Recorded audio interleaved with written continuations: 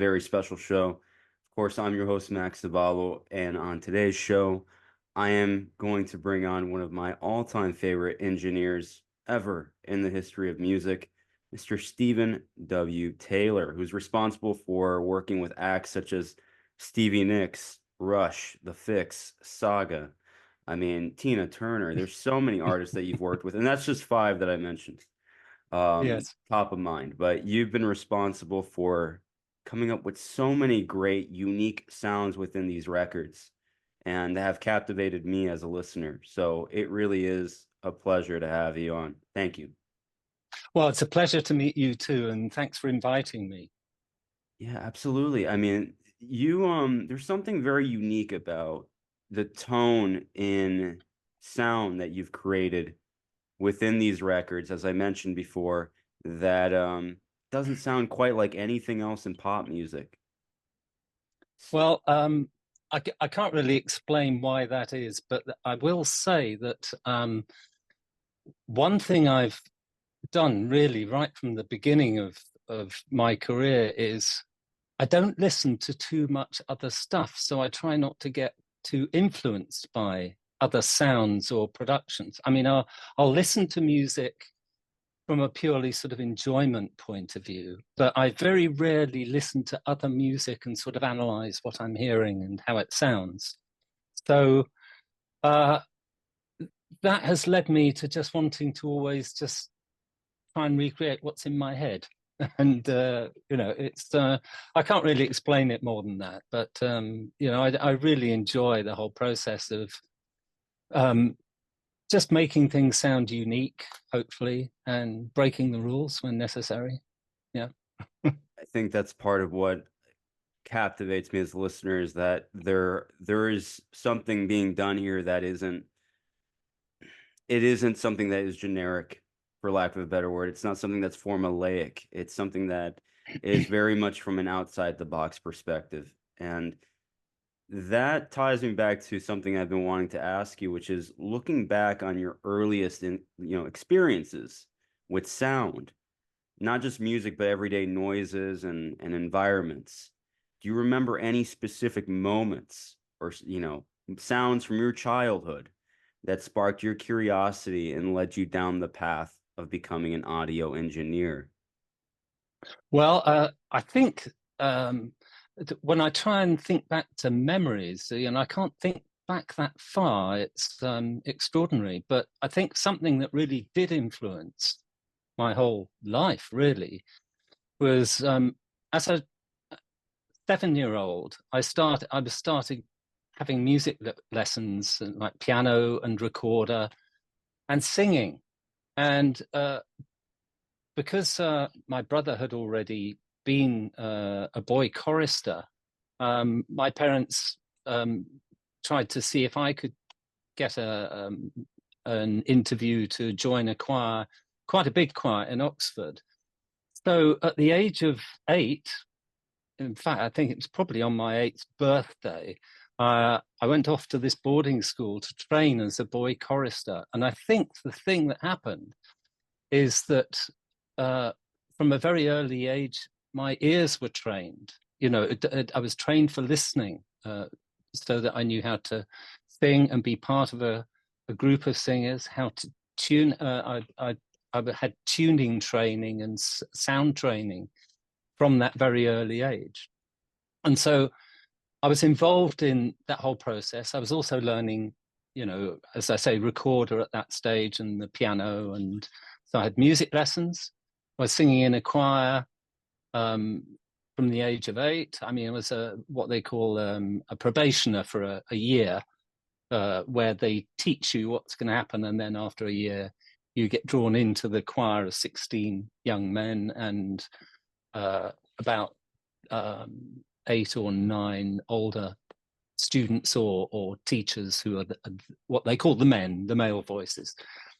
So it was that, but it was also the fact that every day during my 6 years of schooling at New College in Oxford, I was in this environment in a chapel.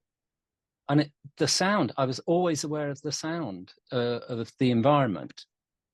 And to cut a long story short, because I mean, could talk about that all day, but because we were quite a well-known choir back then, we did BBC broadcasts and we also did recordings. And so at the age of about 11 or 12, or maybe even 10, I can't remember, but I experienced somebody coming in to record us for an LP at the time. And also the BBC would come with a mobile unit and broadcast us live and things like that. So I was becoming very aware of the sound, but also the process of the whole deal of recorded music.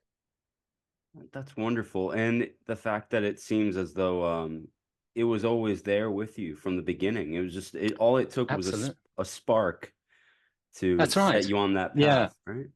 Yeah. And of course, I mean, obviously at that point I was learning, it was church music and classical music I was training for. But my brothers and sisters, who were all older than me, they were into the Stones and the Beatles and the Beach Boys and everything. So I was hearing what they were listening to. And so I during those early years, I changed from playing the recorder to clarinet, which I studied endlessly for years, but also I picked up my first guitar. And so I started trying to play what I was hearing from my brothers and sisters' records. So, there's this whole influence of music and sound that sort of came from that early age. Right. And also something that I've garnered from you as a engineer is that you're approaching sound also from a songwriter's perspective, which you don't really get too often. I get the sense that you're there to enhance or to add to what the song needs. You're really much there for the song more so than let me just top this with as Yes, many treats as I possibly can, sonic treats for the ear. It's also about what does the song need, right? exactly. To me, I've never been a guy who has concentrated specifically on trying to impress people with the sound of the drums, or I mean, that's not the focus. I hope they are impressed, but to me, what I'm trying to impress people with is what the artist or the songwriter or the singer or the writer, what they're trying to express. It's trying to understand what they're trying to express. Obviously, in my early days as an engineer, I am sort of learning as I went along and trying to sort of get used to it. But it sort of helped that some of the first records I got involved with were sort of coming off the sort of, at the time, the progressive and the fusion side of music that was happening at Trident Studios, where I was a house engineer. And I was actually, prior to joining Trident, I was a student and I was a fan of, a lot of those genres of music, from Emerson, Lake and Palmer and King Crimson and Soft Machine and Pink Floyd and all kinds of influences. And the Beatles too, I mean, from their sort of later years, I was very influenced by that. So I was trying to recreate the thing that records were making me feel rather than what I was just hearing. So that's always what I've concentrated on, is trying to use sound as an interpretation of how to express either a feeling or an emotion or a mood or a lyric. It depends. All music is different, and I'm very lucky to have worked, not just in one single genre through the years. I've worked with songwriters, I've worked with great musicians, I've worked with, very sort of tied together bands. And so it's nice to just be appropriate for the particular material. Absolutely. And now moving forward, as far as you brought up Trident, if I'm not mistaken, Queen also had some work that was done at Trident. Queen was signed originally by Trident Studios, and they were managed by Trident Management as well. But that was just ending when I joined there. I mean, I was making tea for some of their mix sessions for the can't remember the name of the album, their third album. Oh, Sheer Heart Attack. But Pure Heart Attack, that was being mixed and finished that I was making Fee for. So so there was that sort of influence happening at Trident at the time. That's wonderful. I think that's something that not a lot of people can understand or really wrap their heads around these days, is when a lot of the original engineer and producers first got started, they were pretty much the, what was it, the T boy or the T person, the person that was just out to. Well, it's a runner. You know, you're a Yeah. runner. It's it's an apprenticeship. You start. It was hard for me because I'd just come up through music college and got my diploma, and people thought I was at the top of my game and everything. And suddenly I made this decision to join as a runner, T-boy, apprentice, whatever you want to call it, for very little money. But they put you through a lot of hard work to see if you're the kind of character that's going to fit. Now, back in those days, there weren't really any independent recording engineers. There might have been independent producers, but most of the recording engineers were staff at the existing recording studios. It's very different these days. And it changed sort of really through, well, kind of at the end of the 70s, when I actually left Trident, I became a freelance. But so you worked at the bottom as the T-boy to see if you were appropriate. And then if they felt you were worth keeping, they'd make you what they would call a tape operator, an assistant engineer. Back in those days, you were called tape operators because there were no remote controls for the tape machines. So the engineer would have to have an assistant who could operate the tape machines. So tape op. So that would be the next job. And you'd help set up the microphones and you'd learn from your mentor who you were working with. And eventually people leave and, you know, you step up the promotion ladder. And I was quite lucky. I was 6 months as a T-boy, then 18 months as a tape op. And then I lucked out on my first job as engineer, which was definitely trial by fire. You know, it's like to see if you could do it. And I did okay, so I became the staff engineer. And that it was the promotion thing. And people would Trident at that time had 4 what they call house engineers, and I think 3 tape operators and 2 T-boys. And so if one left to go off and become independent or become a producer, you'd step up the ladder.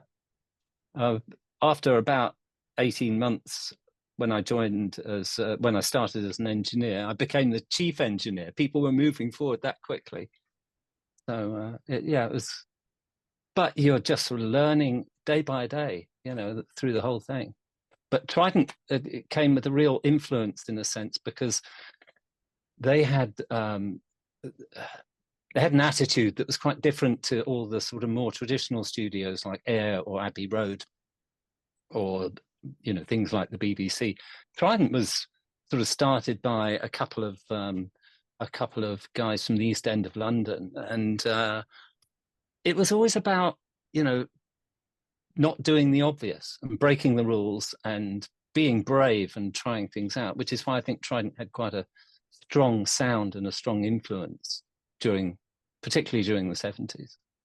It's incredible. And as far as this is part of why you can't replicate these kinds of things. I personally feel like in order to really truly become a master of your craft in whatever field it is, you need to go through a certain trial by fire. You need your 10,000 hours of experience. And this is something that I feel has been truncated in this day and age because where things are. And I'm not going to go down that rabbit hole, but I do feel like you're one of the masters of that original, let's just say, golden era or golden age of when people actually needed to work on their craft for, in a certain way, they needed to climb the ladder. And through that, yes, once they did become professionals, it was very much something that was earned, and you could hear it. Everything was very much top class, top tier, A grade. Everything was very professional. Professionalism was key. Yes, well, another thing that was important during that time, and it did change ultimately, because you had these, if you like, these closed houses of, studios with their own staff and their own sound and their own attitude. And so that made a lot of individual, very original sort of approaches. But what happened during the 80s as technology developed, things changed. And also because there were more and more freelancers. And, I was one of them. Now, I did work mainly in one studio during the 80s, but I did begin to work in other places as well. It meant that the studios had less and less of their own character. I mean, maybe the character of the studio room was something, but the sort of character of the sonic approach from the staff became much more homogenized. And also at that time, studios started to be quite competitive with their equipment. And during that time, automation was becoming a thing. Because when I learned, and certainly up until the sort of early-ish 80s, you had to do things manually in real time and capture them to tape. You didn't have moving faders that you could automate and store what you did. You had to sort of get it right first. Well, not first time. You do it until you got it right, but you had to do it onto tape and then edit it together. But as things became more automated, it was almost like record companies started to realize that they could, if something wasn't quite right for them, they could say, can you go back and just make this little adjustment? And it was possible to start doing those things, which in a sense was it's very sensible that you can. And it's even easier these days working with computers. And like I do, I work what we call in the box, everything's in computer based. But back then, it suddenly seemed like record companies were starting to have more influence. Studios were becoming more generic as well. And I think it's like the influence started to, and also things like keyboards and synthesizers, which had been very sort of manual and you had to sort of make your own sounds and stuff. The 80s brought about all this sort of pre-programmed and memories, and you could try different sounds at the push of a button and all that. And it felt like not just the sounds, but the approach to sound became much more sort of evened out during the 80s. And I think it was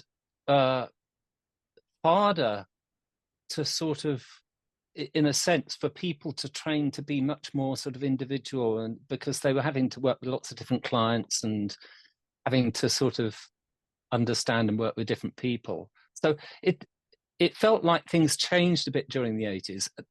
They moved on later on because I think people understood, but there was certainly a point in the mid 80s where it felt like things were getting a bit too similar from, points of view. But that's one of the reasons why I tried not to listen to too much other stuff, so that I could still, and this was something I learned with Rupert Holmes, working together, was when we first worked together in 1980 on one of his solo albums. It was all about breaking the rules. He said, if you've done something a certain way before, think of another way of doing it. And that's really where our approach started. And I think that probably influenced early albums that we worked on together, such as the FIXX and indeed SAGA. Glad you brought that up, because that's exactly what I wanted to ask you next. So is that really where you met Rupert? Was on his solo record, or one of his first solo records? I first met Rupert at Trident, but we didn't work together. But he came in to do a few albums with various people like Anthony Phillips and John Perry and Quantum Jump. But and I think I may have assisted or stepped in on one session. But what happened was, after I left Trident in 1980 or 1979, I left. In 1980, I ended up being managed by a company called Hit and Run, who were also the management for Genesis, but they had a management branch. And I wound up being managed by them as well, and Rupert was managed by them. And it was our manager who suggested, Rupert's doing a solo album, and I think you two would be good together. Now, I don't know if he did that because, you know, he was trying to get two of his clients working together from his point of view, you know.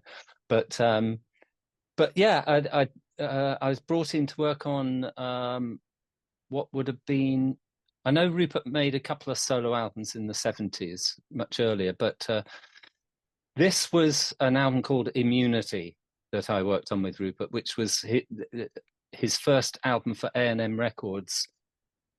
And he wanted to just do something very original. He was writing songs with Jeanette Obstoy, who was the most amazing lyricist. So that's the first time. So it's 1980. We started experimenting, working on that.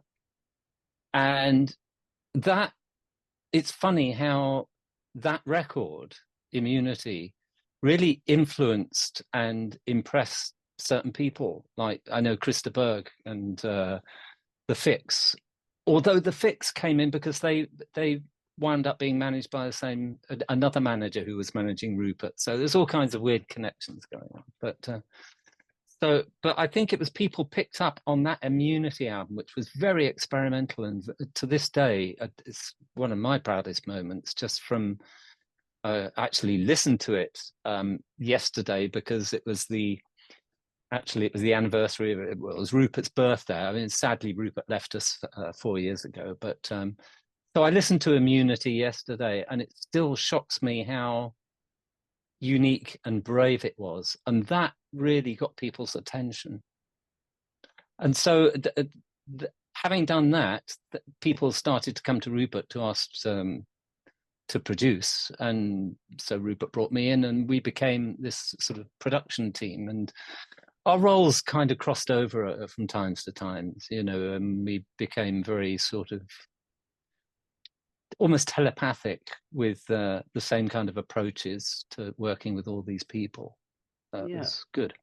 Yeah, I'm glad you brought him up, as far as, like, yesterday was his birthday, so a very happy birthday to Rupert Hine. He's definitely somebody who had a huge influence on my appreciation for music.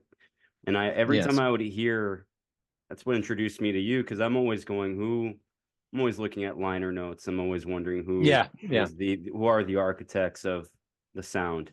And it was every record I would get by the FIXX or even SAGA, of course, was my introduction, really. Worlds Apart. It was Rupert Hine and Stephen W Tayler, and that was really the start. I went back and listened to Immunity, and to me, that is the record that really launched that specific sound that a lot of these artists then began to hire you or work with you because of that particular record. So to me, if people want to understand where that comes from and get maybe more of a sense of the origin story of what started it all, really, I'd say go back and listen to Immunity by Rupert Hine.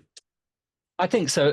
As I say, it wasn't that people wanted to copy the sound, but they wanted to copy the sort of the approach and the sort of mentality behind it.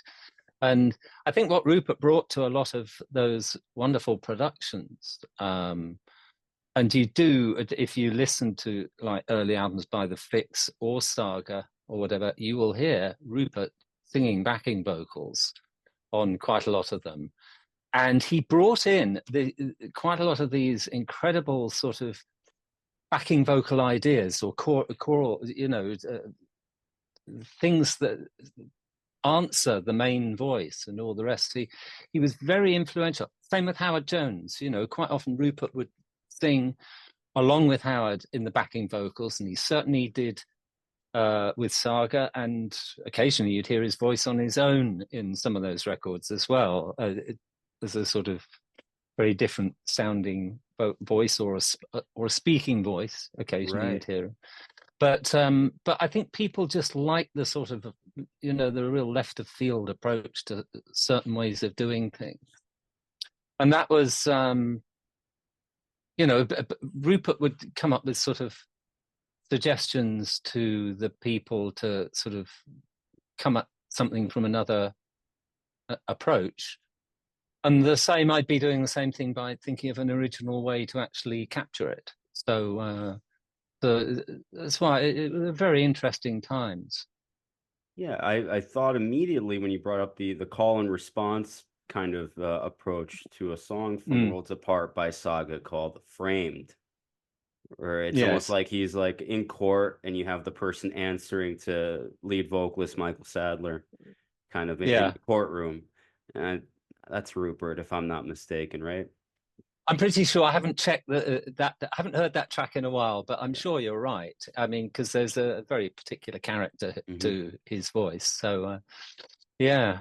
But that's what made a lot of those records really interesting. And you know, when you listen to, as I say, some FIXX records, Howard Jones records, and Tina Turner, you know, on we didn't do many tracks with her, but once again, you get Rupert singing backing vocals and playing keyboards and doing all kinds of things.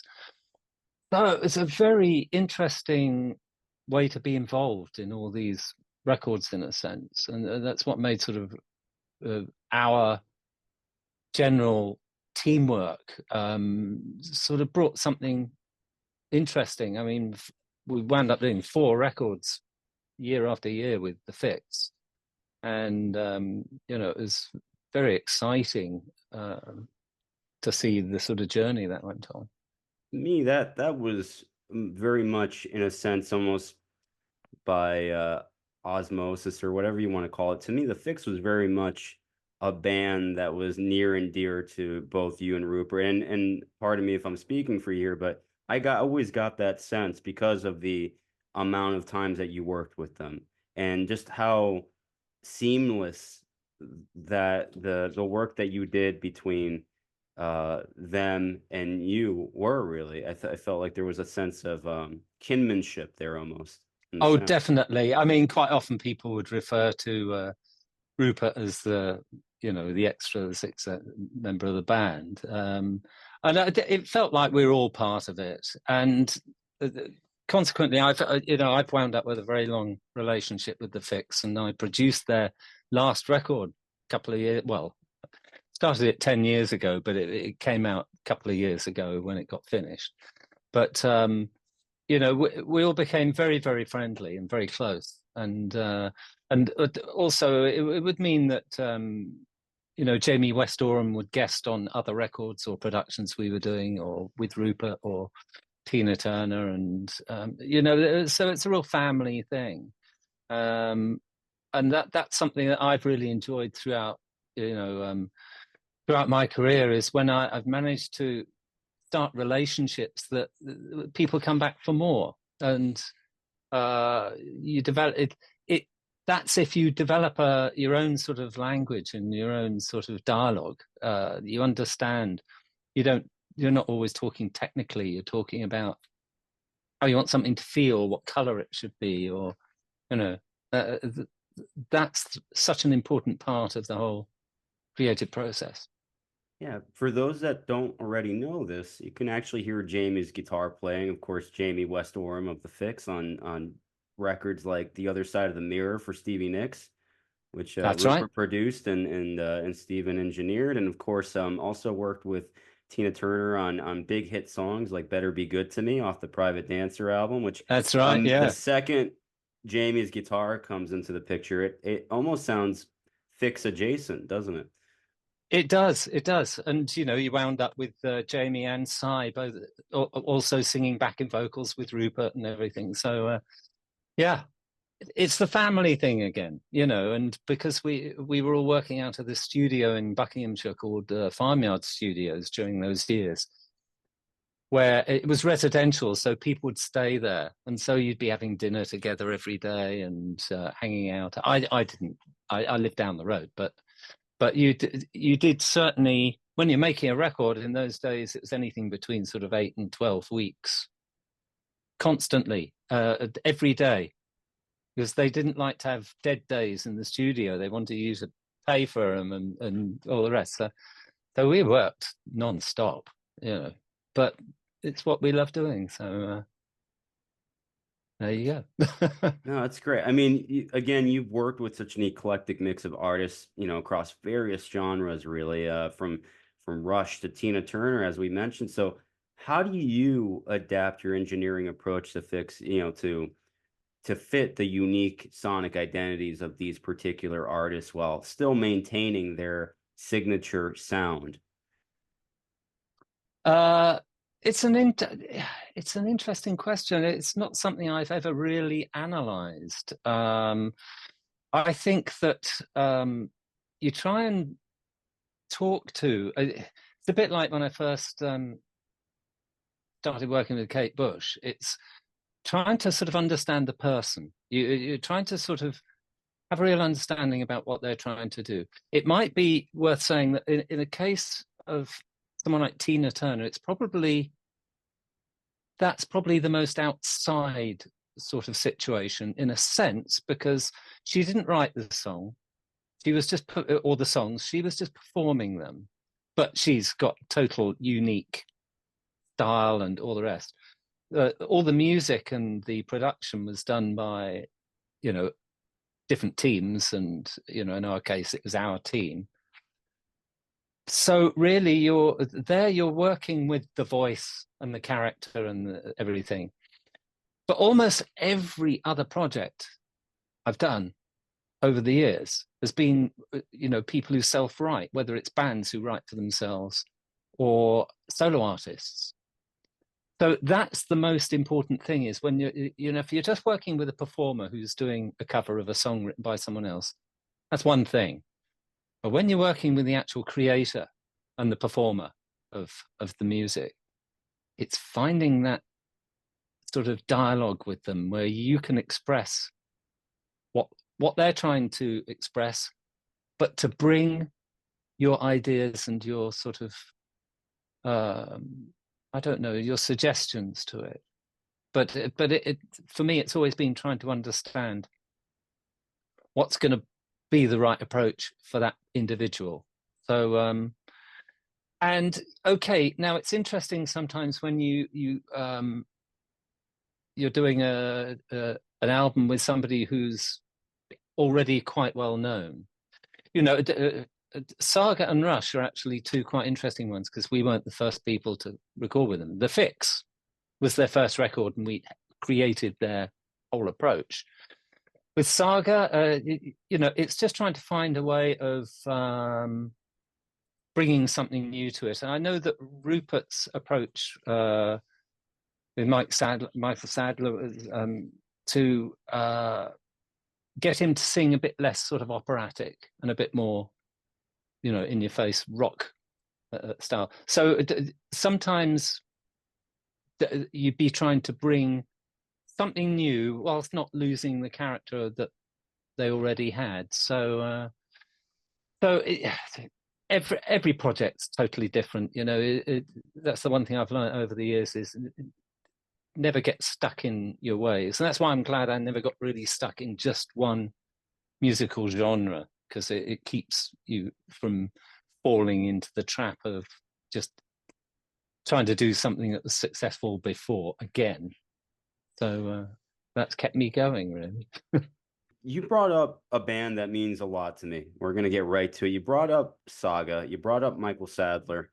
As far as I've had Michael on Sonic Dorms before, and an absolute gentleman, very kind, and he's got this incredible story that he loves to share with anybody who's ever spoken with him, and it involves you.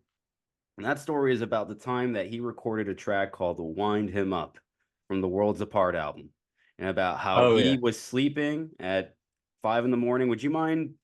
I'm going to leave Yeah. it at that. Would you mind sharing your Well, perspective? I would like to get your yeah, perspective on this story. yeah, yeah. So I've seen he's actually told that story in the past online, and it is a wonderful memory. Basically, we were working on the song "Wind Him Up," and Rupert and I were trying to capture the vocal part for the middle stage of the song, the middle eight, where it goes really quiet for a bit. And we were in the studio trying to record it, and he couldn't get. Rupert wasn't happy with the sound he was making. You know, he said, just make it more gentle and more subtle. And I think Michael was probably overdoing it and overthinking it. And so he said, okay, well, look, Michael, go to bed. We'll try it again sometime tomorrow. So Michael went off for the night. Now, Rupert called me and our assistant, Andrew Scarth, round. He said, look, here's an idea. What I want to do is I want to just get how his voice sounds first thing in the morning before he's had a chance to speak, have a drink, have a cup of tea, or anything. I want to get that real sort of personal, quiet. You know, he can't. He just can't seem to do it naturally. You know, when asked. So he said, "Let's come in at like 5 or 6 in the morning, and let's creep into his room and try and wake him up and record him." And so, you know, we're coming at it from our point of view. Obviously, he didn't know it was coming, but we planned it. So we went home, and it was really late at night anyway, because with Rupert, we quite often work till 2 in the morning or 4 in the morning sometimes. But so we went off, but we came back. Now, the accommodation is, you know, 20 meters across from the studio building. We didn't have things like, you know, phones or portable recorders back in those days. But he said, what I want to do is I want to go in and just tap him on the shoulder and put a pair of headphones on him and just say, right, sing, right? And so we set it up that I was in the control room with Rupert, and we sent Andy Scarth over to the bedroom where he crept into the room. He put the headphones on Michael while he was asleep, and he was still sleeping. And then Rupert told Andy remotely, okay, wake him up. And so I didn't see this, but Michael wakes up, and Rupert says into the headphones, okay, Michael, sing. And I started the tape and recorded it. And that is, he just conformed. He was singing with his eyes closed, wind him up, you know, with that little little voice. It was the first take, I think. I don't think we did more than one, but and it captured what Rupert was after. Rupert was always trying to get people to think outside the box. That's why he also did that thing where he got Michael to sit up on the beam to feel dangerous, you know. And you know, that was great. And I think Michael just really enjoyed this stuff. You know, he'd never been treated like that before. And it you know, it created something unique. It's But unconventional. It's very unconventional, very unorthodox, and oh it's yeah, almost like performance art in a way. absolutely. But it's that thing of trying to I know we did it with another singer, not the same thing, but we were working with a French musician artist called Eric Serra back in the 90s. And it wasn't the thing of waking him up, but it was getting him to come in early in the morning so that he could do a really deep vocal. Because as the day went on, his voice wasn't able to go to that croaky, deep early morning sound. So, but Rupert always had this way of just thinking of, you know, other ways to make people approach something from a fresh perspective, and it really did work with Saga. And you know, he was and Saga were absolutely, you know, on the on case with agreeing with all this stuff and trying it. You know, for them it was a nice opportunity. You know, whether it was with Steve Nicks trying ridiculous things with his drum kit and his electronic drums, and all kinds of weird things with guitars and keyboards and things like that. So this was bringing that whole sort of experimental approach that Rupert and I had developed. You know, another thing. I mean, maybe it's not so relevant with Saga, but it might have been. But Rupert would, to get a certain sound in his voice, rather than singing straight into a microphone, he'd sing like that with the microphone there, so it gave a different tone. And he would encourage singers to do different things like that, not to just do the obvious way of doing it, or you know, stand back when you're singing and all that. So that made it really interesting, but it did make for really interesting sonic sort of adventures in tracks like Wind Him Up. Yeah, I mean, I appreciate you. I mean, that's part of why I thoroughly enjoy listening to these records. These are albums that I can put on a fine pair of headphones on and really it made me these albums made me fall in love with music. The reason why I appreciate music the way that I do is due to these records that you were a part of alongside Rupert Hine. I mean, there's this adventurous spirit, and there's an energy, a kinetic energy that cannot be replicated, that it's sealed. I believe I don't want to get too into this, but I feel like artists, producers, engineers, whatever it is that it's like a time capsule, and all their energies have been contained and sealed onto this particular piece of music, these records that every time you open up the record, you go back to that. You get a sense of that feeling, that excitement, whether it's positive, negative, whatever it is, it's there. It's in that album. And to me, these albums are full of fun, adventurous, dare I say, whimsical sort of approaches to crafting sound, and moments that resonate with people such as myself who really do love that sense of humor and that sense of approach. Yeah. Well, there was to always a lot of humor with Rupert, very, very Yeah. British sense of humor that we shared, and a lot of people really enjoyed that. But yeah, a lot of it is also about trying to capture a moment. I think things these days it's become so much easier to just do things over and over again, or to do hundreds of alternatives and things like that. You know, another thing that Rupert and I quite often like to do, particularly with singers, but when people were trying to do performances rather than just create parts and all the rest, was to not let them do too many takes. You know, do probably 3 takes of a lead vocal, and then say, okay, well, leave it. We can always come back to it another day or another time. But, you know, some people will want to just keep going and going and going and going. Their voice would start to change, but also they'd start to sort of really think about perfection rather than originality and character. And so I think another thing that sort of does make a difference, I think, with the way that things had to be done then and the way things can be done now.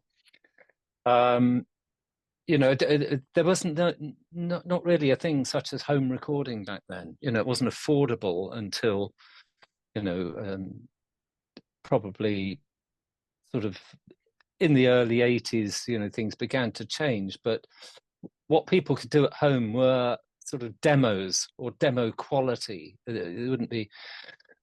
So, you go to the studio to do the recordings you wanted to do, but time was restrictive, it was expensive, and all the rest.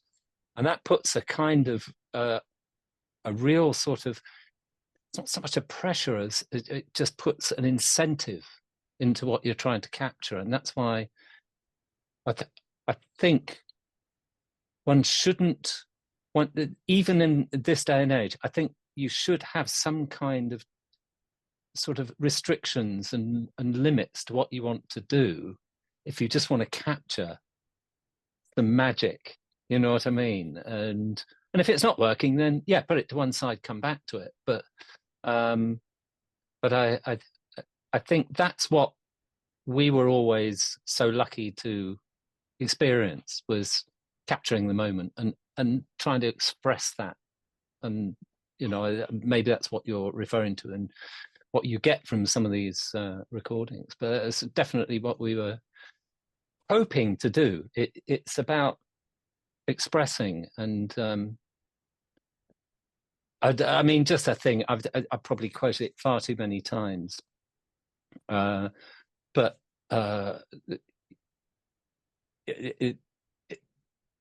when people talk about, you know, the approach to sound recording and all the rest, and I don't like it when people particularly say, well, I really like the snare drum on that song. And the thing is, if they like that, that means that they've almost missed the point. Because to me, it's not about making great recordings, it's about making great records or great performances or experiences. So yeah, if it sounds great as well, that's good. But the point is the expression of the record.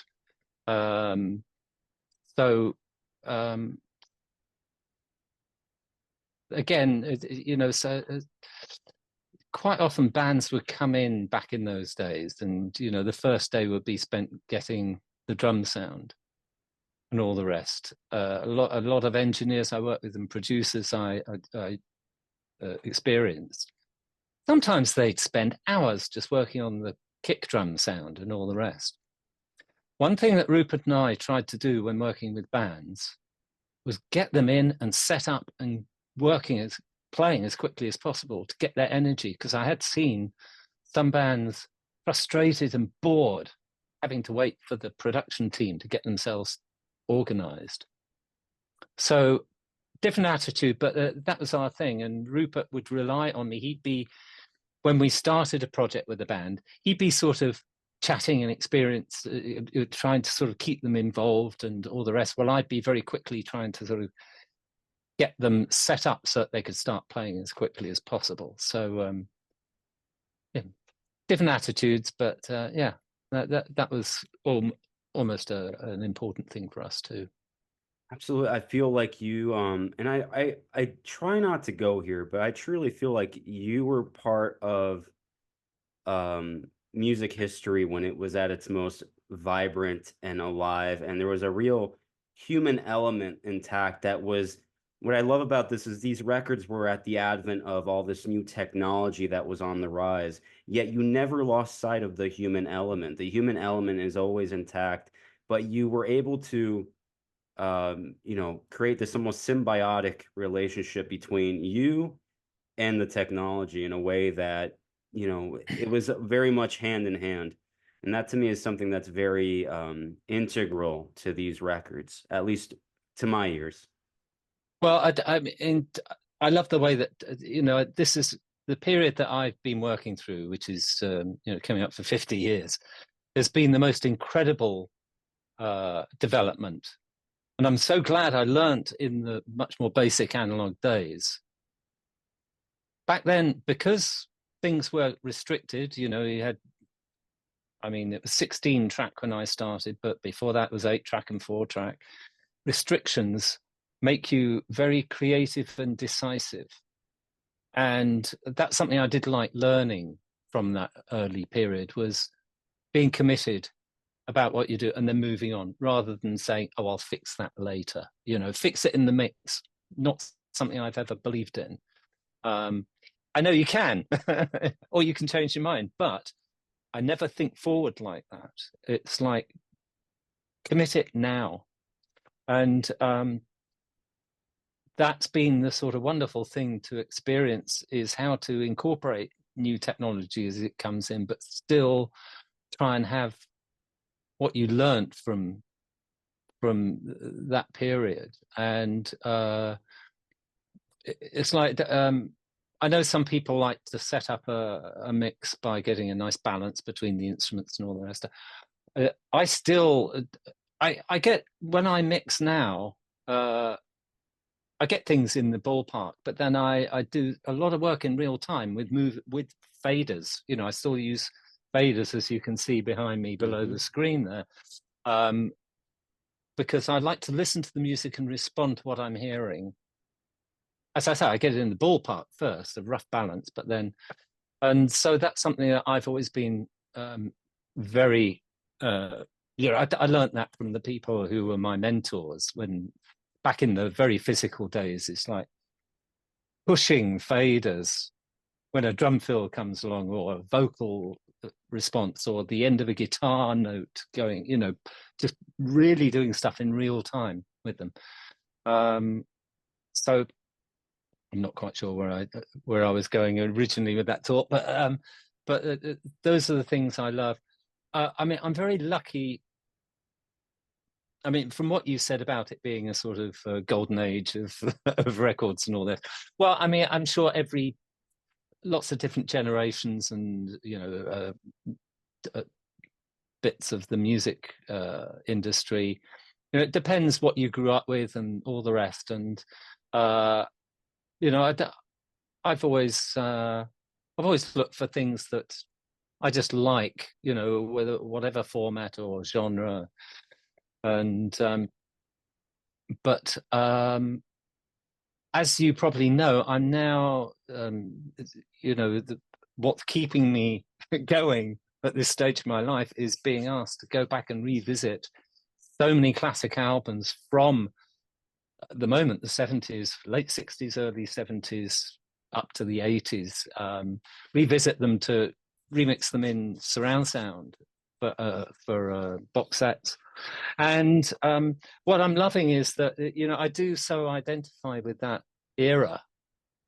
And, you know, I've actually had to mix a couple of records that I bought before I was even in the music business. You know, when I was a student, you know, and that's the emotion I feel when I remember as a 17 or 18-year-old buying a record and enjoying it, and then coming back and getting my hands on it to make a new version. You can't imagine how that feels. You know, it's unbelievable. And in some cases, the whole thing of remixing is, you're not trying to replace the original. In some cases, you're just trying to enhance it, or maybe interpret it in surround sound. But it's a dangerous area. A really, really famous record being remixed is dangerous. Something that was more eclectic and out there, and maybe some people weren't really completely satisfied with how it turned out in the end. Those are the ones I really love doing. You know, the more eclectic and obscure things. But it's identifying with the thought process, but applying the new technology to. I mean, just sort of briefly, you know, it's like when you get a concept album like Camel the Snow Goose or Van de Graaff Generator, some of their long tracks, they were originally made in little sections and recorded and mixed separately, and then combined and put together afterwards. And they were brilliant, but sometimes the flow wasn't, you know, or the sound quality wasn't quite comparable. What I'm able to do now when I approach those kinds of things is to work on them sort of, because I can go back to how they're set. I can start by compiling them as a work in progress and getting the whole context between the sections, and that's really enjoyable to be able to make the flow I think what they intended originally, and sometimes they had a bit of difficulty with how things merged or crossed. But so I mean, it's great fun. That's amazing. I mean, I'm glad you brought up the remixing thing, because one of my favorite remixes that you have been a part of came out about maybe about 2 years now, because that's when we originally started talking. We were in contact, but the Marillion Holidays in Eden record. Now, this record came out in '91, so at that point, you were Yeah, already professionally in the industry in a big way. You had already done yeah, a lot of fantastic work, but that what you did with that particular remix and the way that you were able to add a certain I mean, not to take away from Christopher Neal's original mix of that record, but the way you were able to add a sense of punchiness to the original mix that maybe, I don't know if it wasn't quite that. And what you did, I oftentimes, as much as I like the original mix, which I've always mentioned, if you were going to remix a record, at least make sure that the original mix is still readily available for the public consumption, exactly.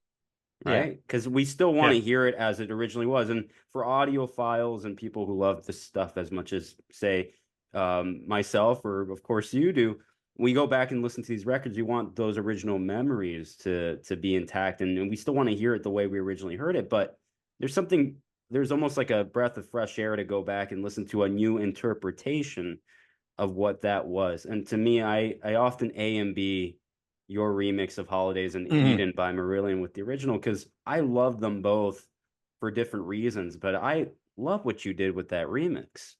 Well, I'm Amazing. pleased to hear that. I mean, obviously, the from the outset, the whole point of doing that was to do it in surround, because the original wasn't done in surround. So that was kind of the original concept. But when you're doing a remix in surround, you might as well do a stereo one at the same time, and that's where it can be difficult, because if it's a really popular record, um, people might end up preferring the original and criticizing the new one. But and I think in the case of Holidays in Eden, I think it might have divided certain people. But as you say, it doesn't replace the original. But my thought with that, um, the that period around sort of late 80s, early 90s, there was and particularly as Christopher Neal was involved, there was a certain sound to a lot of music that was coming along, like the sort of roomy, great gated or roomy drum sound, and um, certain sonics that dated things. And when I first listened, because I wasn't familiar with Holidays in Eden when it came out, so I got to hear it fresh when there's, in fact, I think Steve Rothery got in touch with me first of all to ask if I'd be interested, and I listened to it and I thought, well, it does, to me it sounds dated. I recognize that period, and it reminds me of what happened when I was making in 89 and 91 the Rush records, that in some ways suffer from the characteristic of that same time. There was a little bit when people were sort of getting influence from certain approaches and sounds, and I just wanted to try and make my version sound a little less dated, and it was a bit of an approach to the drum sound first and foremost, and also to giving it more guts and power. Some people thought that by doing that, it took away some of the dynamics and all the rest, but there's a fine line you tread when doing it. But no, I really enjoyed doing that, and also the live show that went in the set with it. So it was good fun to do. And would I? The thing is, would I approach anything differently now? I mean, because that was a few years ago. Probably not, but it's almost like, I think there's a period from the sort of mid 80s onwards where it's more and more challenging, in a sense, to do new versions. I think up until the sort of that from the 70s to the mid 80s, there are lots of great records that you can reinterpret, and some records don't sound aren't so readily sort of recognizable by when they were made, but there are certain mid 80s where the certain synthesizer and drum sounds were popular, and as I say, in the sort of more rock side of things around 1990, things were in a state of change, and a lot of people are actually it's another record that divided the fans when we did Presto with Rush. Some people say it's their favorite Rush people. Some people say they hate it. They hate the sound and all the rest. And now there's a record I'd love to have another go at. I've tried to sort of say, hey, what about it? But it all depends what's needed and what people want, and we don't try to eliminate the original. I think you're right about that. As long as the original's still there. The other thing that you have to be a bit careful of these days is some people look at it as being what they call money grabbing, to put out new versions of box sets and things like that, and there has to be a good point to doing it. I sometimes think if it's just a box set that's got just remasters in it and stuff like that, that's one thing. But if you can put versions, and from my point of view, it's got nothing to do with money grabbing. I'd like to get involved in these things because I'm passionate about them. So what can I say? I just hope people like what it is, and it's down to the sort of record labels and the artists how they handle it all. This is fascinating to me because you're answering some questions that I was going to ask you. So I love the fact that you brought up Rush and Presto and Roll the Bones, which are the two albums that you worked on with Rupert Holmes. That's right. Yeah. That was going to be my next question, because I'm a fan of those records, but I do understand there's some people that are very hardcore fanatics. Not to say that I'm not, but that maybe aren't so open to what was done on those records, particularly sound wise. But I already came in as a fan and as an admirer of what you did with that particular sound.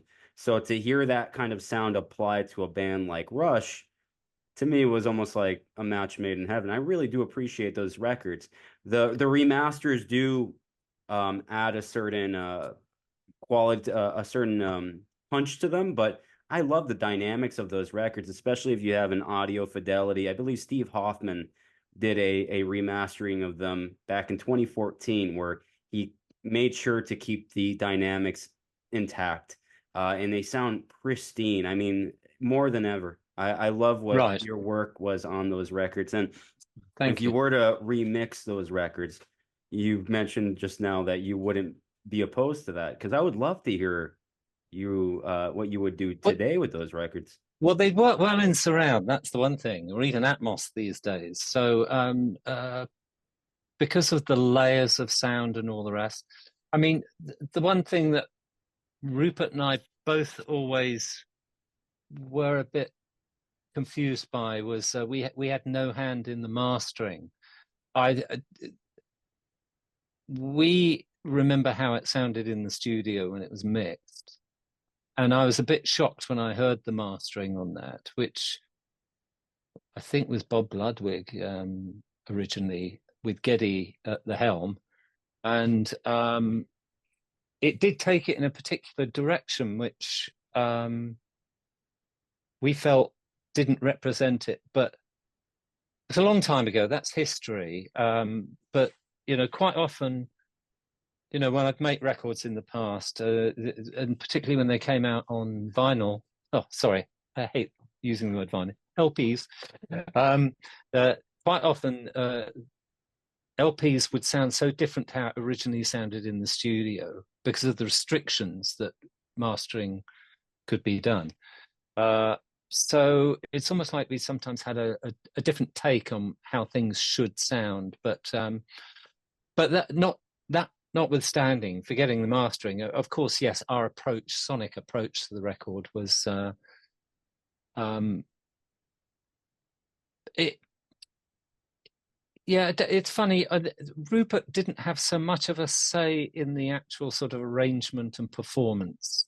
I mean, he certainly uh, collaborated with Geddy very much on the vocals, but it was almost like Rupert was there as a sort of consultant, or because the band were very much producing themselves, with Rupert as just a sort of standing on the sidelines, keeping an eye on things, and I was working very hard just to capture it all and record it. But so in some ways, there might have been some sonic influence on there. There wasn't quite so much production arrangement things, although once again, I think Rupert did throw in the odd bit of backing vocal or whatever. So, but yeah, a long time ago now. I'd be quite interested to have a go at them, but we'll have to wait and see.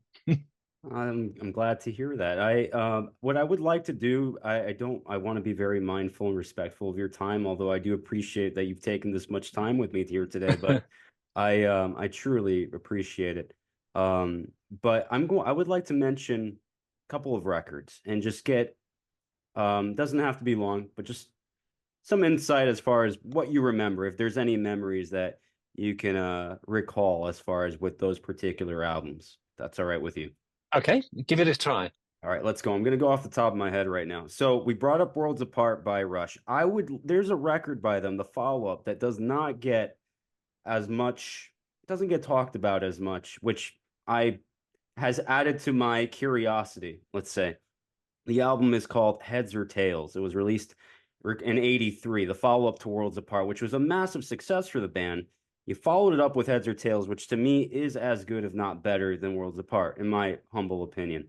Songs like The Flyer, Catwalk, Sound of Strangers, the writing, amazing performances. The Pitch Man, amazing. What do you recall from making that record in just a few words? It's hard to remember. I mean, I think there was a certain amount of pressure making Heads or Tails because of the the big hit from the first record, which for us, what was it? On the Loose. On the Loose, which was one of our first sort of quite major US singles. And sometimes when you have something like that, it puts a lot of pressure on the following record. It's almost like you get more pressure from the record label that they want to follow that up. And in some ways, that puts it takes away a little bit of the sort of fresh approach and the originality. So it might feel to me from memory that we were just trying to go back to some of the sort of approaches and feelings from the first record. Having said that, I still think it's a brilliant record with great songs and all the rest. But I think there's a certain amount, a little bit of tension that comes in, and it's sometimes quite hard to, they want you to take it further with the response from the public and all the rest. I think Rupert never really felt that pressured by that. He always wanted to be in the moment and all the rest. But it was it was great for them to come back. It's such a long time ago now. I don't really have any other memories I can come up with right now. No, that's perfectly fine. I think that's fine. But I love putting the spotlight on the records that maybe don't get talked about enough. And to me, that's a record that does not get. Everybody always talks about Worlds Apart because it was a massive success. But no, there are some great tracks on Heads or Tails, and again some originality and some fun in there if you go looking. Yeah, absolutely. Now, Reach the Beach by the FIXX. That's a great record, big hit record, right? With One Thing Leads to Another being a massive hit for the FIXX, especially in the States.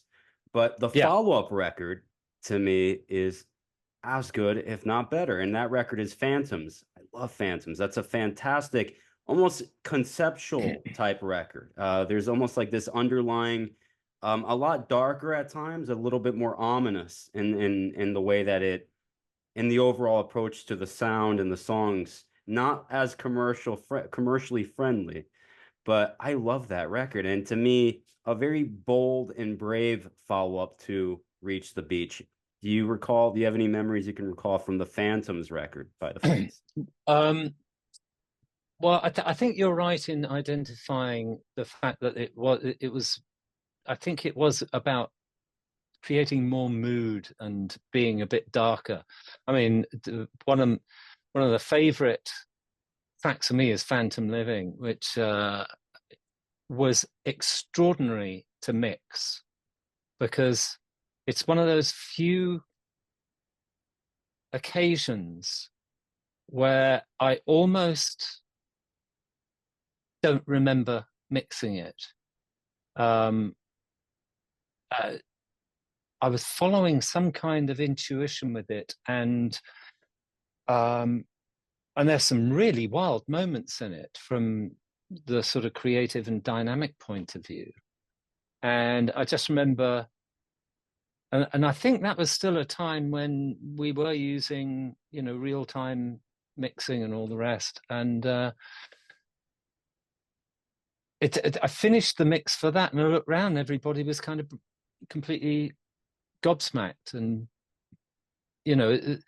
so I think having done Reach the Beach, for me, still Shuttered Room is probably my favorite because it's when I listen to it now, I just hear how bold and brave it was in that style and genre. Reach the Beach was fantastically well sort of crafted and put together, and some fantastic songs on there. But it was a little bit more sort of approached, with that in mind. And I think the whole thing about Phantoms, I mean, I love all their records, but Phantoms, again, I think it had as much to do with the band and Rupert just not wanting to go down exactly the same road again, so that's a kind of memory for that. Wonderful. Yeah, That's incredible. I to this day, I'm glad you brought up let's just call it the title track, Phantom Living. yeah, That's such a dynamic mix. There's so many, especially the way that Cy Kernan, lead vocalist of the FIXX, his vocals, there was almost a sparseness that comes into play at the forefront. And there's all yeah, these wild sounds shifting left to that's right, right. right to left. And Well, it's that's almost the like a stuff. vacuum Yeah, sucking you in. Incredible. as I say, a lot of that stuff where you've got the sort of almost backwards effects and things like that happening was a very wild sort of, it wasn't planned. It was just in very spontaneous and instinctive treatment of the sounds we had on tape. And those things are fun. And it was around that time as well that we were really getting into the extended 12-inch or mega mixes or whatever they were called, and uh, that was more chance for us, for particularly for me, if you like, to play with things in the mix, in the whole mix process. So a lot of it spontaneous. So yeah, no, great record. They're all great records. Yeah, 100%. I agree with you on that. And another record that comes to mind, well, let's just say in general, working with the legendary Tina Turner, what was that like for you? Here, much like later, I would take it working with Stevie Nicks later. Here you have an artist that had been around, had already been certified as very much uh, a legacy artist or a legendary artist. Here's somebody with real presence, somebody who had been around for a long time and had really worked really hard on their craft. They come from the old school, and here you are working with Tina Turner. What is that? How does that work for Well, you, and what do you do in that situation, working with someone like that? okay. Well, I mean, we worked on two records. You know, there was Private Dancer album and the Break Breaking Every every Rule. rule. Hmm. But yeah, and we only did two tracks on both albums. Now, um, the one thing I'll just focus on Private Dancer, because the one thing that very few people know is that album was made in 2 weeks, but it was made with 4 or 5 different teams working simultaneously. So when I say it's made in 2 weeks, you know, it's from start to finish. And so Tina was just visiting the studios when she had to do her performances. So it's not like she was in the studio and, you know, it came to stay at the studio and we got to know each other and all the rest. No, nothing like that. What happened was Rupert worked on, I think he'd maybe had a meeting with her about songs to do, and maybe played a very sort of simple idea or concept to her. And then he came into the studio and worked for a few days on the backing tracks. And so at this stage, I haven't met her. And then the next thing I know is that she's coming down to do her vocal performances. Terrified. I was absolutely terrified. Rupert, Farmyard Studios was out in the countryside. Rupert lived in London. So he and Tina were staying in London because there were the other studios she was working at and visiting all the time. He picked her up in his Range Rover and drove 25 miles out to the Farmyard Studios.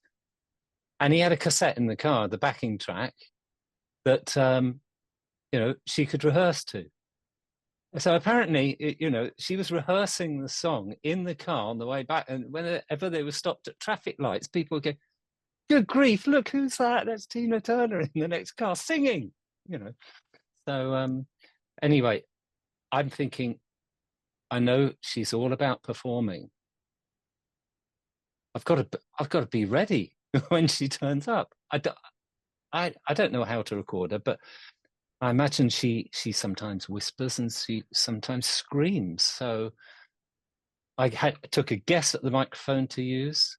I had it ready going through a couple of channels. Thought I had sort of some EQ ready, but I thought if I can leave it, you know, untouched. But I had 3 compressors in line ready to try because I knew, you know, she might be whispering and then shouting and all the rest.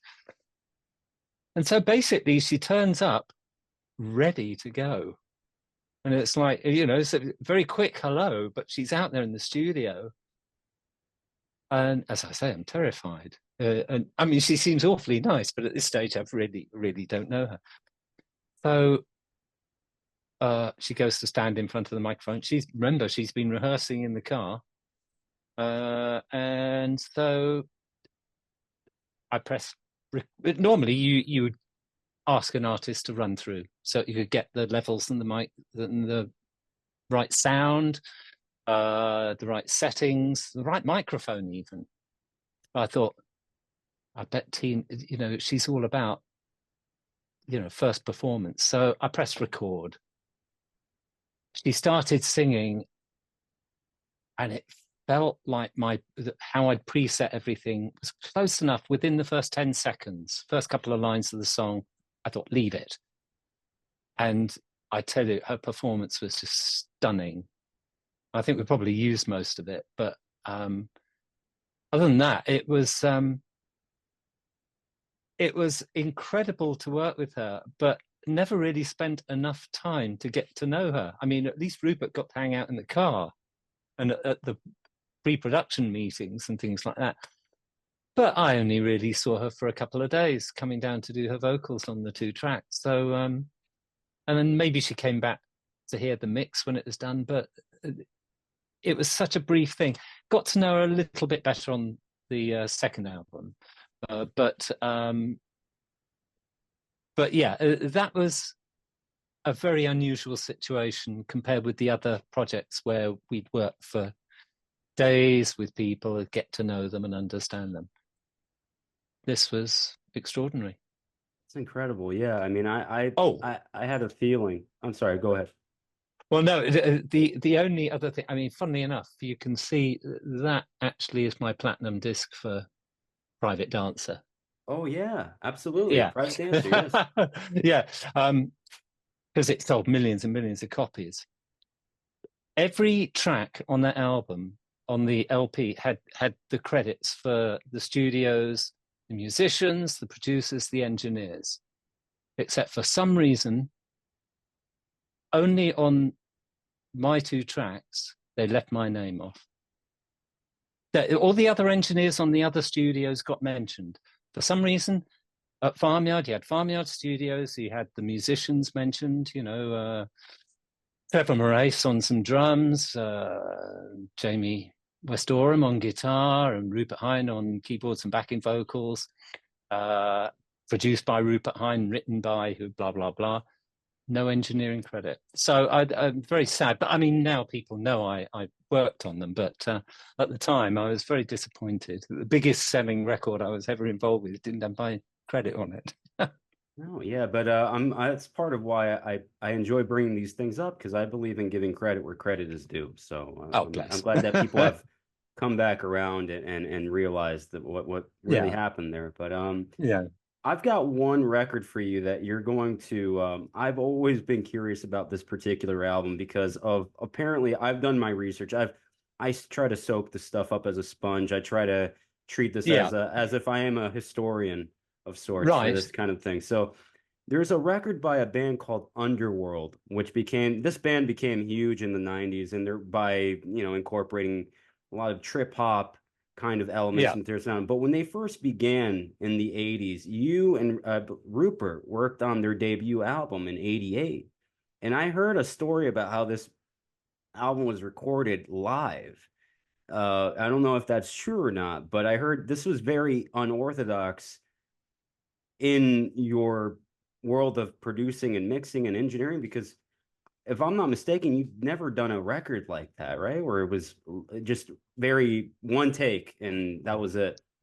Yeah. It was very interesting. I mean, it's they've gone on to call that version Underworld Mark One, and it's nothing to do with the real dance, EDM side of them that they went on to become so massively successful in, and so particular when they were self-producing. But originally, Carl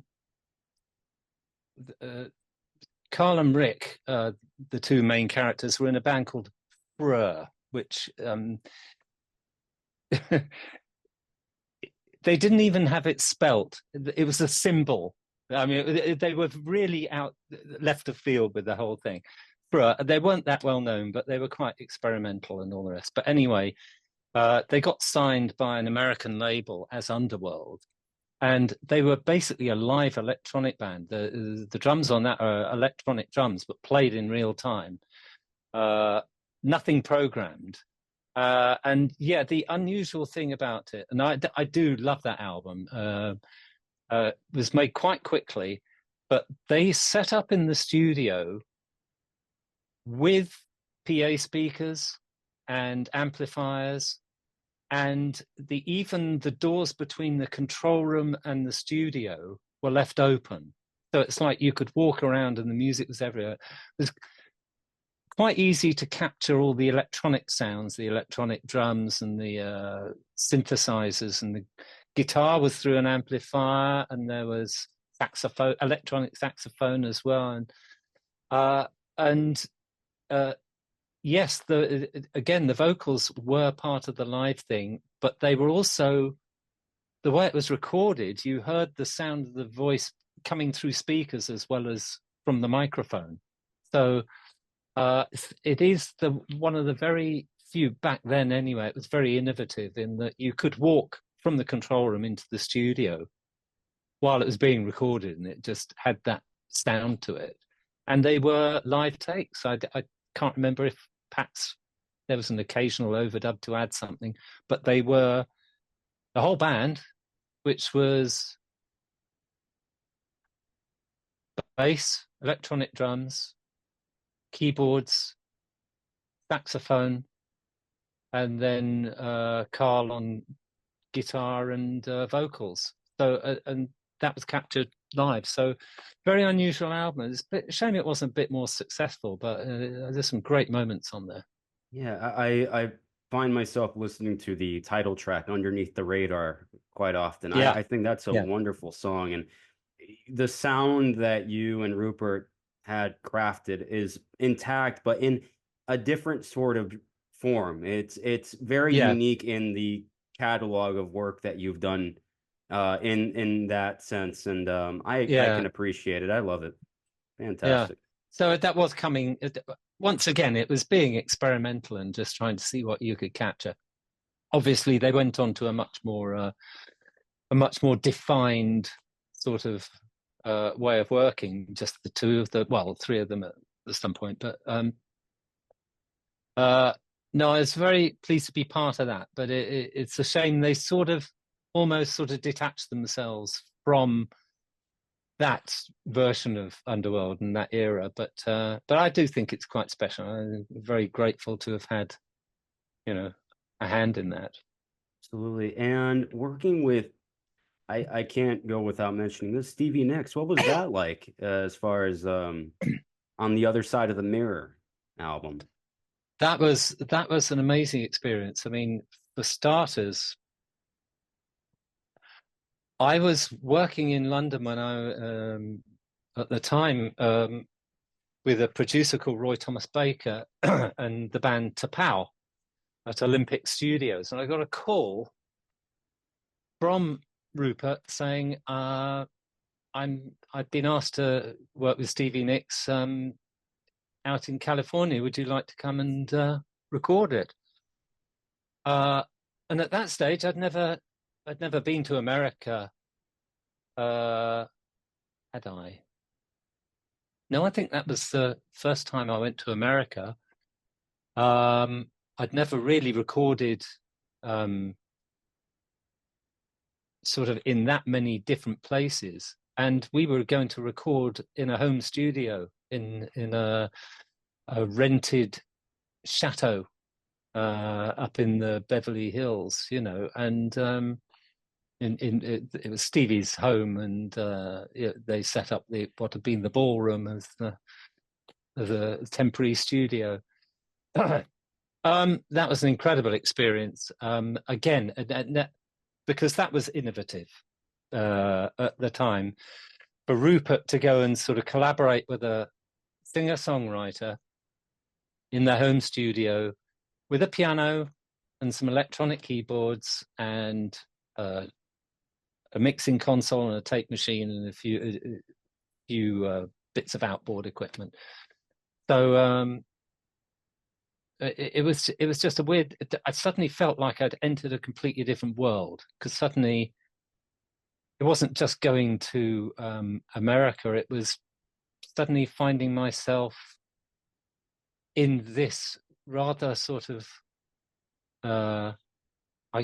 iconic, closed, shuttered sort of family of people surrounding Stevie. And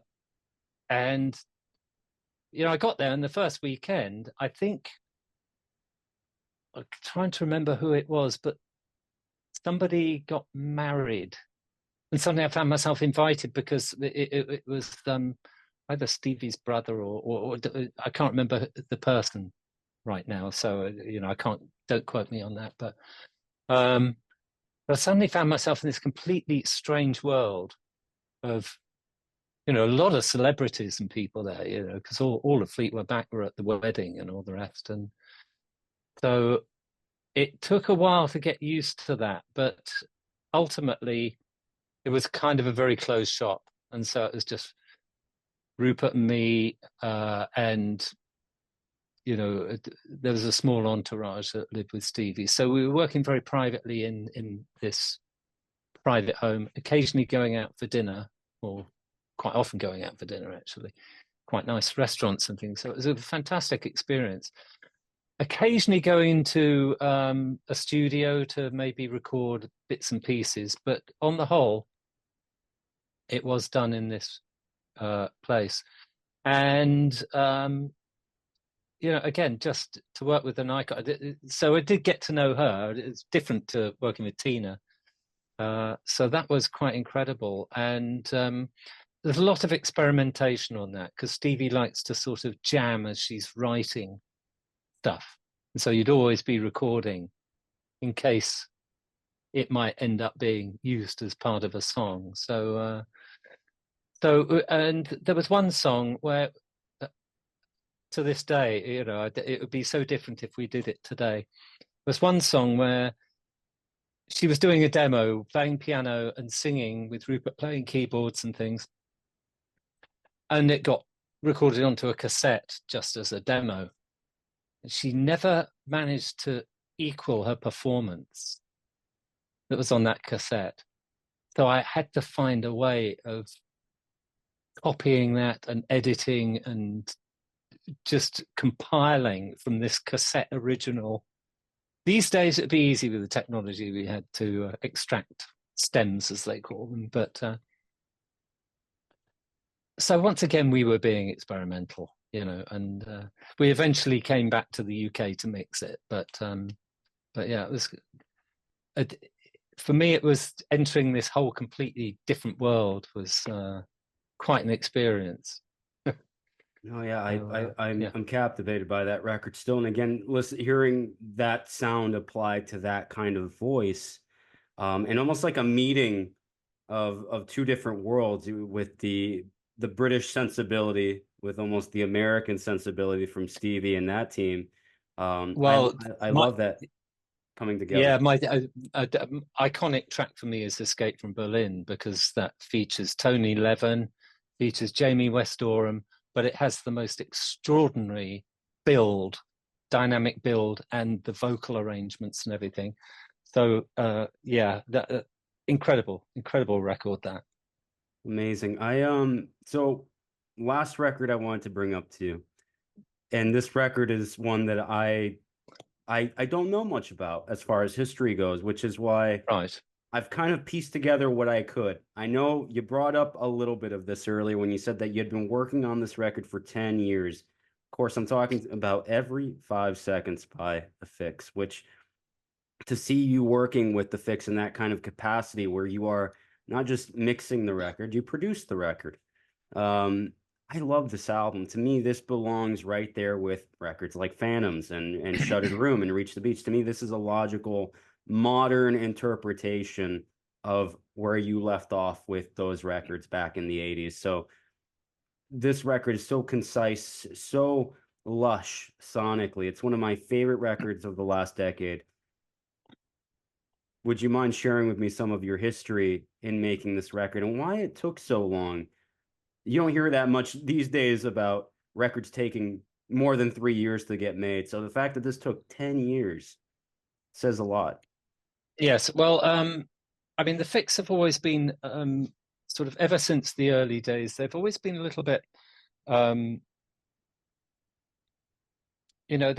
haven't worked very sort of quickly on things. It's not to say they work a lot on them. Now, I was involved in the previous album just to mix it, but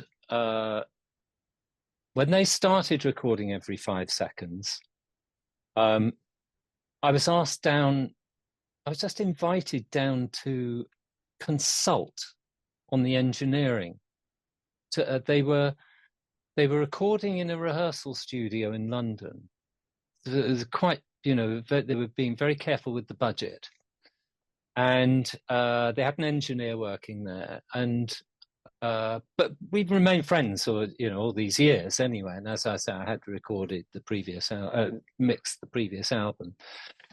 So I was being asked down as a consultant for the engineering side of it.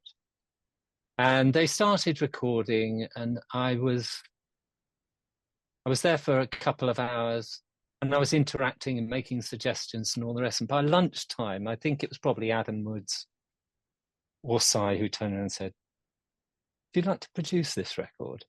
Because they were already enjoying the sort of involvement of me being there again. And I'd love to. And so I came on board. We did some early recordings at the studio in London. And they went away and wrote some more, and then they went to go back and record some more. Now, it was almost that exact time, because we're talking about sort of springtime in 2014. We'd recorded a handful of tracks and we were about to record some more. That's when I got the call from Kate Bush to get involved with her live show. So this was a dilemma I suddenly had. I mean, I was involved with the FIXX, who were slowly writing songs and sort of piecing them together. But I had to go and speak to them and say, look, Kate Bush wants me to go off and get involved in her live shows. And they said, fine, you know, put this on hold. We'll come back to it when you're ready. And so I was involved for months with Kate Bush for that. But we did have there was a break during the rehearsals when I did a little bit more work with the FIXX in my studio at Real World, some overdubs and things like that. But we then had to wait until, you know, almost months later after I'd finished on the Kate Bush record, live show rather, so we could do some more work in the studio. And so at some point in 2015, it felt like we had a almost complete record. And I probably did some rough mixes or whatever. They then just sort of put things on hold. They probably went on tour, because they go on tour in America from time to time. And it essentially, it just kind of, it slowed down. They kept writing new songs as they do. And so they'd maybe go and record with their regular guy, Nick Jackson, up in London. And they'd occasionally come down and do some overdubs. And they just weren't in, they didn't seem in a hurry. They're not a full-time band, really. They all have other things that they do for a living.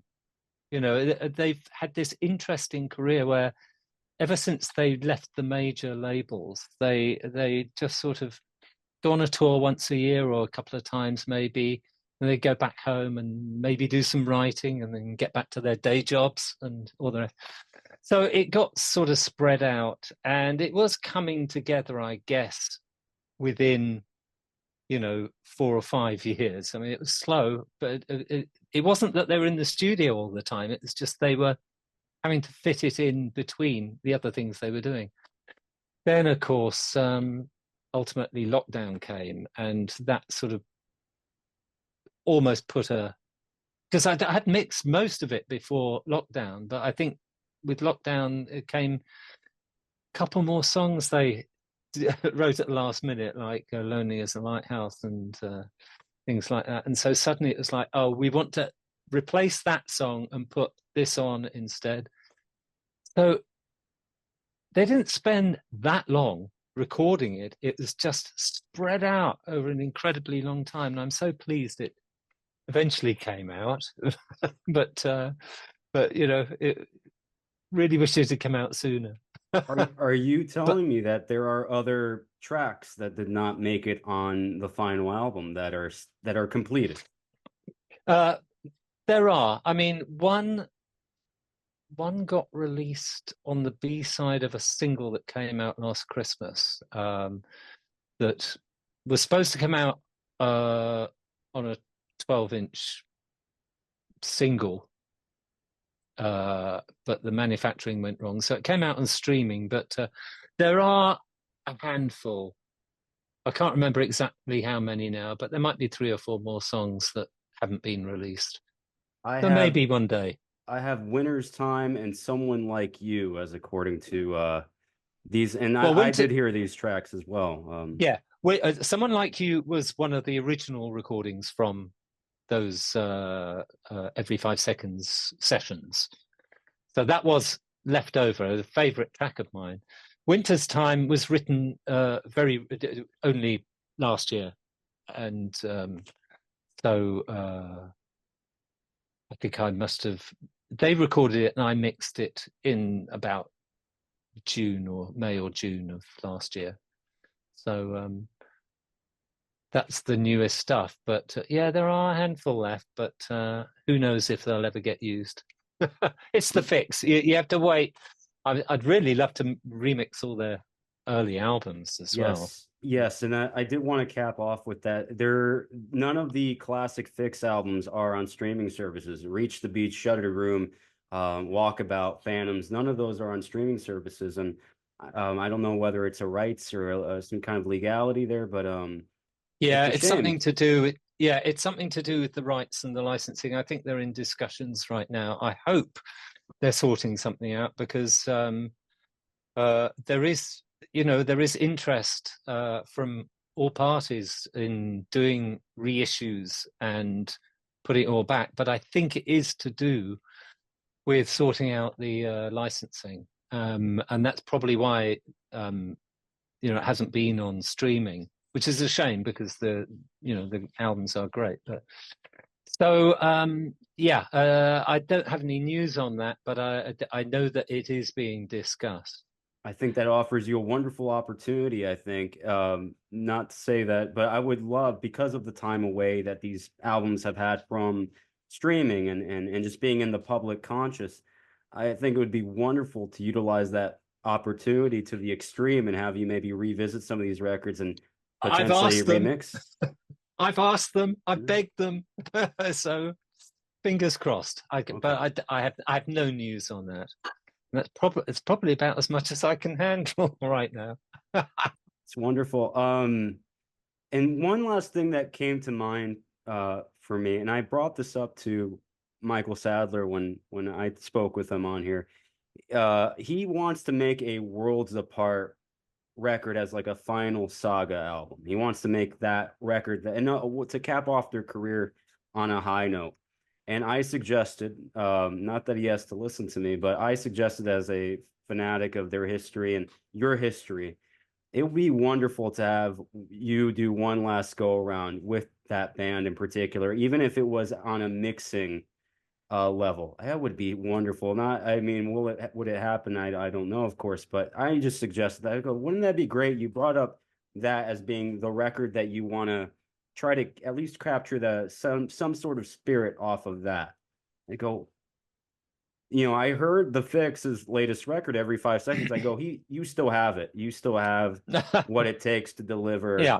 as a master of your craft. I would love to see that happen personally. Well, that's a Yeah. lovely suggestion, and I think I did reach out a while ago, but I about perhaps revisiting their those two classic albums we worked on.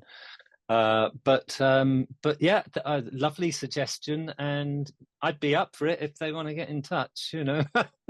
I'm sorry to see that Michael's had some health issues recently, but hopefully he's on the mend at the He moment. is. So Yeah. yeah, He just got out that's of the good. hospital. He's doing well. Yeah, brilliant, brilliant.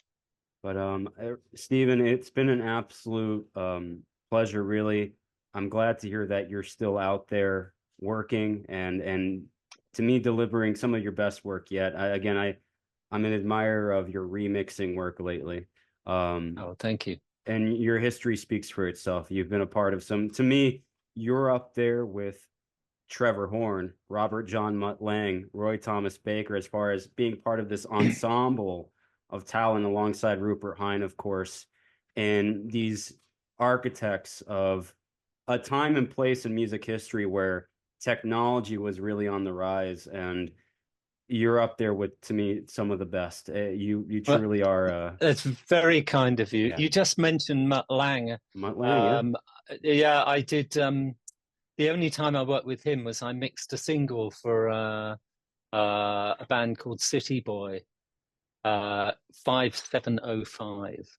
If you ever get to hear that, it's produced by Mutt Lange. It's a fantastic record. It's one of the very earliest things I did, and it was one of the first hits I had in the UK back in the 70s. So anyway, thank you for all that. That's very kind of you to say that. We'll catch up some other time. That would be wonderful. As far as last words, what is it that makes you continue to do this? As far as like why, what is the reason why you continue to do this? If you wouldn't mind sharing with people.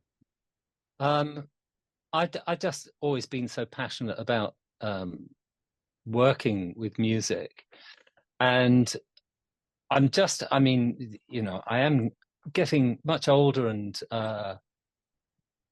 but it's almost something that was highlighted during lockdown, was the ability to work remotely on just mixing. I don't really go into the studio and produce bands and do recording sessions anymore. I just work pretty much on mixes and maybe some solo stuff. But I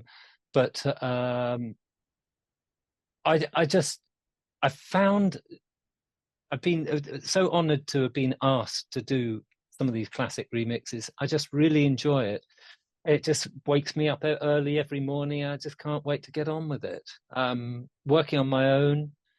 I mean, yes, I get feedback from people and all the rest, but I set my own schedule. I work at my own pace. I set my limits, you know, just so I don't take forever to do everything. And I'm just enjoying it. So I'll keep going as long as I can. Fingers crossed. Appreciate you, Stephen. It's been an absolute pleasure. I mean, to me, this is about keeping music that I think is of the highest value alive and well here on Sonic Dorms.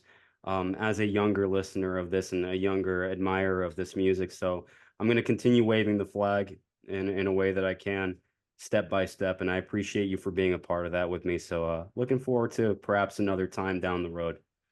Yeah, we can talk about something else. Yeah. Okay. Thanks ever so much. Bye-bye. Absolutely.